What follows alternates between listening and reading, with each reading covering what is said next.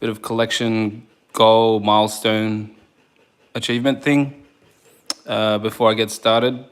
Just want to say that also my baby girl was born yesterday, February 26th. So that's a life milestone, but at the same time, I got a collection milestone. So happy to show you guys this. And of course, I know I haven't made videos in a while.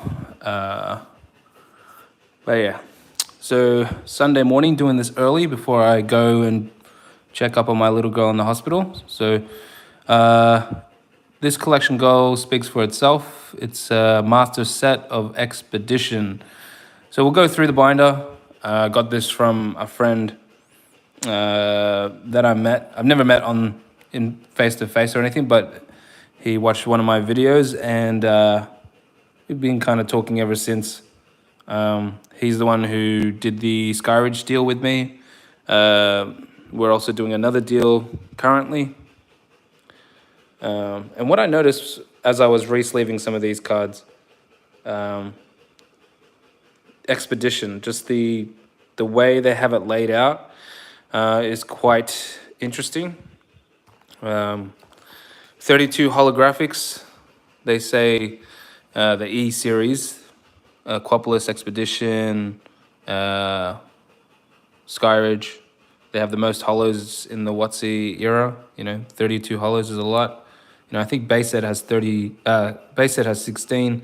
These ones have like double that. So the way I have it laid out is similar to my Skyridge. Is all the holos at the front. So these are all holos. I'm not sure if you can see the shine on them. It definitely looks better in person than on camera or video. And I'm just using my phone to record. So the 32 holos and here. And then we got the rares. And the way I've laid it out is we got the reverse version, then the regular rare. And obviously, reverses, regular rares and stuff in modern day sets isn't as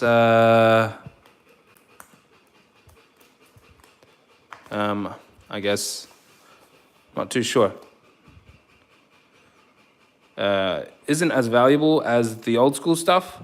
It's just different the way people look at it. It's definitely more common than anything else. Yeah, this set me back 5,000. I did not buy a lot of things for a long time, saved up a lot of money, and I traded a bit of things just to help ease the pain there. Yeah, this is quite a large set when you think about the reverses and the regular rares. And as what you notice here, see, these are technically the rares and the reverse versions.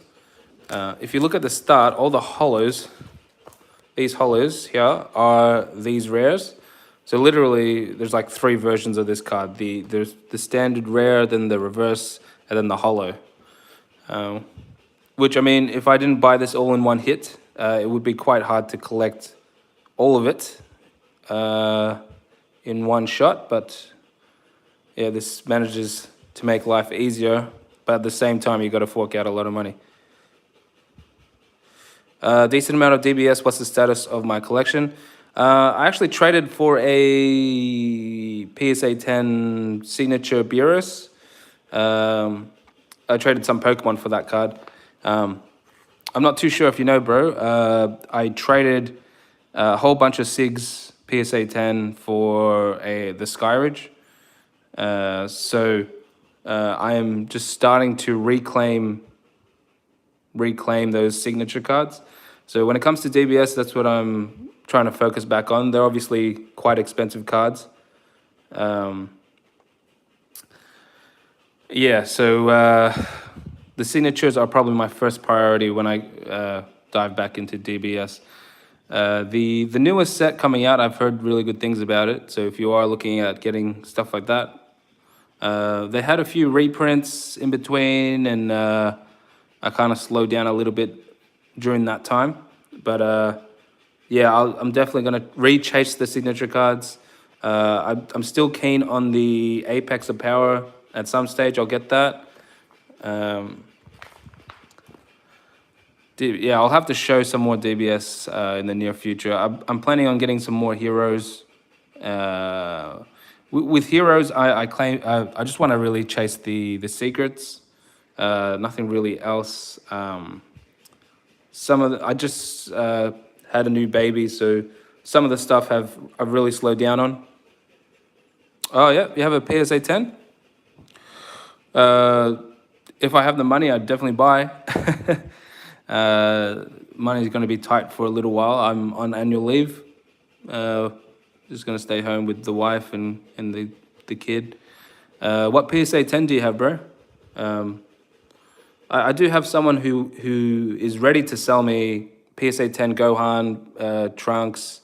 Yeah, they aren't cheap, bro. I guess that's another reason why I've definitely slowed down on the videos. I haven't posted a video in maybe 3-4 weeks, and that's because there's technically really nothing to show or to update. You know, Apex of Power. Okay, hit Gohan most of them. Oh yeah, yep. Yeah, that's good, bro. See, whenever I get the chance to buy those cards, I'll definitely. I don't think I'll ever trade them again. I'm not too sure when. I did make a video when I had nearly pretty much all of them, and that's when I did that big trade. I don't regret doing the trade. It's just I definitely have to. You know, it all adds up when you get all of them. You know, one of those PSA 10s are like what, 1,000, 1,500, depending on what card. I saw a decent Goku PSA 10 Goku signature go for 2,300.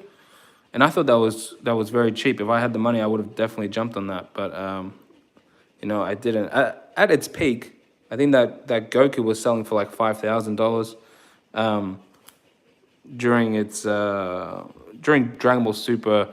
You know, the similar to Pokemon 2021, 2020. Those cards were definitely double or triple the values currently. I know it's not all about the values, but, you know, it technically is. You know, you can't really get the cards unless you pay. Yeah, you know, the values do matter. Even though a lot of people say, oh, you shouldn't think about the values and stuff. But the Apex, I've never owned an Apex. I think that's definitely a card that I'd want to get at some stage.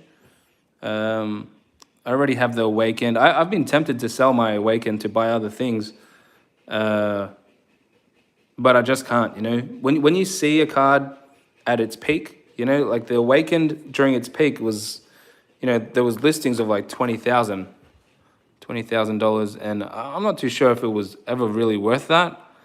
I think some people paid like $15,000 for a PSA 10 Apex Awakened power. But yeah, I don't know.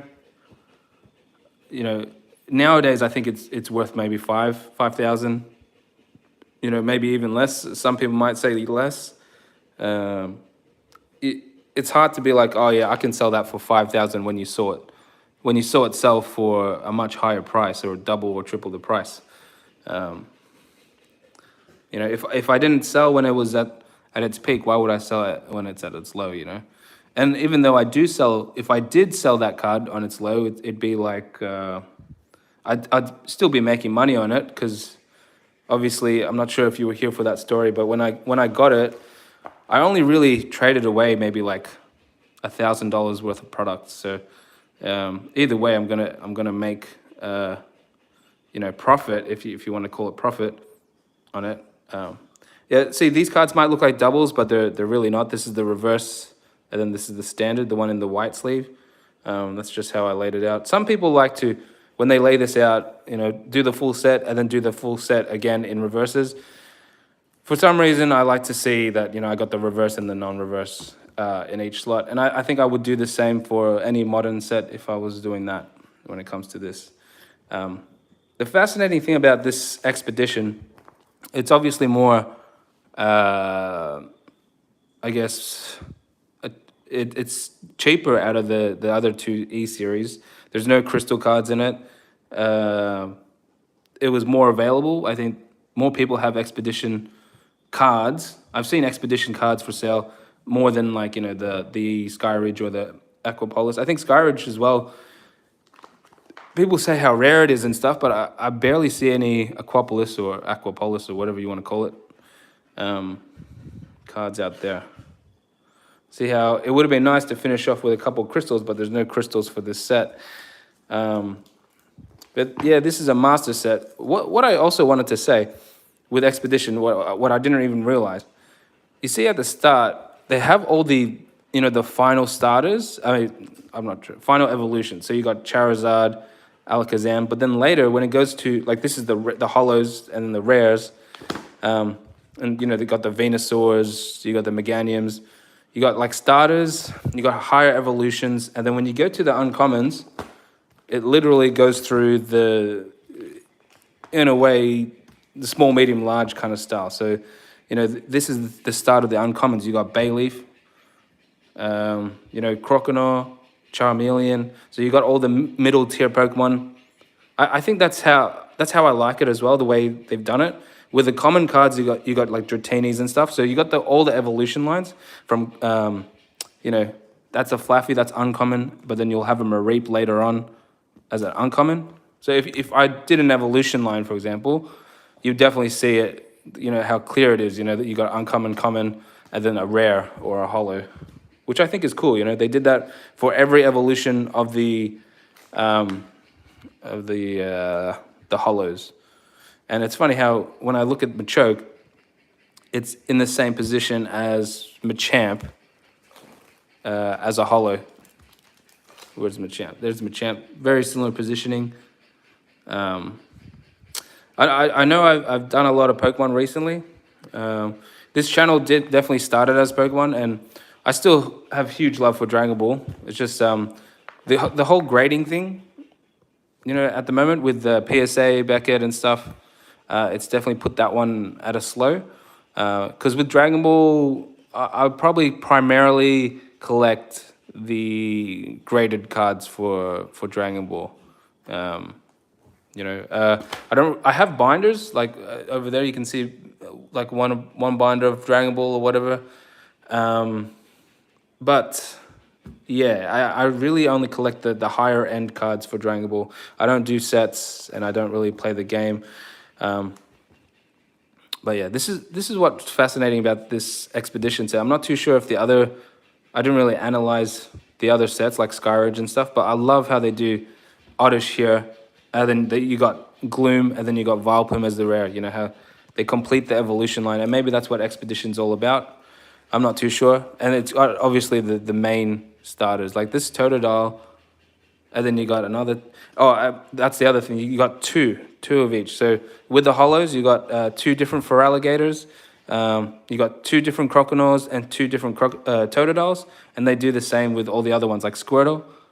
See how they got 1, and then they got 2, and then if you go back to Watertool, in the uncommons, you got 2 of them as well. I just like how they do that. They've got that Watertool, or maybe they only have 1. I might be mistaken. I think it's the uncommons. See how they got Charmander, Bulbasaur. This one's kind of funny. And then when you go to the uncommons, you only got the 1 version of it. So you got just 1 Watertool, 1 Pupitar, 1 Machoke. You know what I mean? You know what I mean? But yeah, this is another big kind of milestone for me. I'm not too sure if you guys know, but I am trying to complete all the Wizards of the Coast stuff, all the vintage stuff. So this is another big set, E-Series, quite rare. We'll go through the holos again if you like. But yeah, I'm pretty happy with it. And obviously, you know, I've got 6 weeks off because of, you know, I just got 6 weeks off because of the baby and all that stuff. So maybe I'll do some more videos during this time off. I won't be able to afford anything to show anything, but I could probably just talk to you guys about stuff, or, you know, try to keep in touch, see how your collections are going and all that. Let me know what you think. I only have Aquapolis to go in regards to the E-Series. And then I've got the Neo sets I probably need to work on, my promo binders, as you all know, and then my booster art sets. That's what I'm currently working on with Pokemon. With Dragon Ball, I haven't really decided whether I'm gonna grade with different companies or not. I still am a PSA/Beckett person. If you're still here, I might actually be selling some of these, but this is my grading pile, and I've definitely changed it up quite a lot. For Pokemon, I'm focusing more on raw cards. Dragon Ball, I'm focusing more on graded, and because grading companies are taking so long to grade, and I don't know, it just costs more. There's certain things I'm just like, how long can I wait to send this? I'm very patient, but it's just stuff like this. It looks really nice, but I'd prefer it graded. For Pokemon, I don't think I'll be focusing on graded cards any longer. I might have a couple, maybe just the Japanese exclusives like Mario Pikachu, Luigi Pikachu, stuff like that. I'd love to get at some stage, but I think most of my graded card collection will be pretty much Dragon Ball. Heroes or Super, and mainly just the secret rares, the really more of the higher end rarity kind of thing. Anyway, guys, that's pretty much all I got. I'll probably have to get dressed, ready to go to see the newborn. Appreciate you guys for still being here, if you're still here. I thought I always feel bad if I don't show both Pokemon or Dragon Ball. I do like both, but I know some videos can be like specific to others. So anyway, we'll call it a day. We'll end it with this Vegeta just exploding himself, just killing himself, or that episode was really cool. Hopefully you guys are all good, and maybe I'll see you guys more in the next 6 weeks. Brilliant Stars, maybe I should open that. I'm not too sure. I've sold a lot of my bulk cards, so I'm not too sure if I want to get more bulk. As I said, I'm kind of just focusing on raw singles that really appeal to me. Just buying 1 or 2 cards, quality over quantity kind of style buying, instead of buying a box and opening it and then not getting any cards that I really want out of it. You know what I mean? I'm not too sure. I've shown these cards a lot, but this is my grading pile, so I'm not too sure what's going to happen to it and how long will it take for me to send all these and how much it's going to cost, blah, blah, blah. You know how it is. And that's the only thing that's hindering me about Dragon Ball right now. It's the grading aspect of these cards. I got so many. I'd love to grade, but how much does it cost to grade? How long does it take? I've got a submission still at Beckett right now, and it hasn't returned. It's been there maybe over a year and a half. Bunch of Dragon Ball heroes, I believe. So, I mean, let's see what those grades are. There's definitely options. There's cheaper companies in Australia, but there's, for me, I can't really justify spending money to grade with a company, and then we all say it, but the values just isn't there, not yet anyway. Like, why would I grade with something like Arc or whatever, even though they look nice, and it'd be nice to add to the collection, but it's just like, if for some reason I had to sell, I feel like it's just so much easier to sell a Beckett or a PSA slab than an Aussie grading company, Anyway, we'll finish at that. Thanks for watching. See you next time. Bye.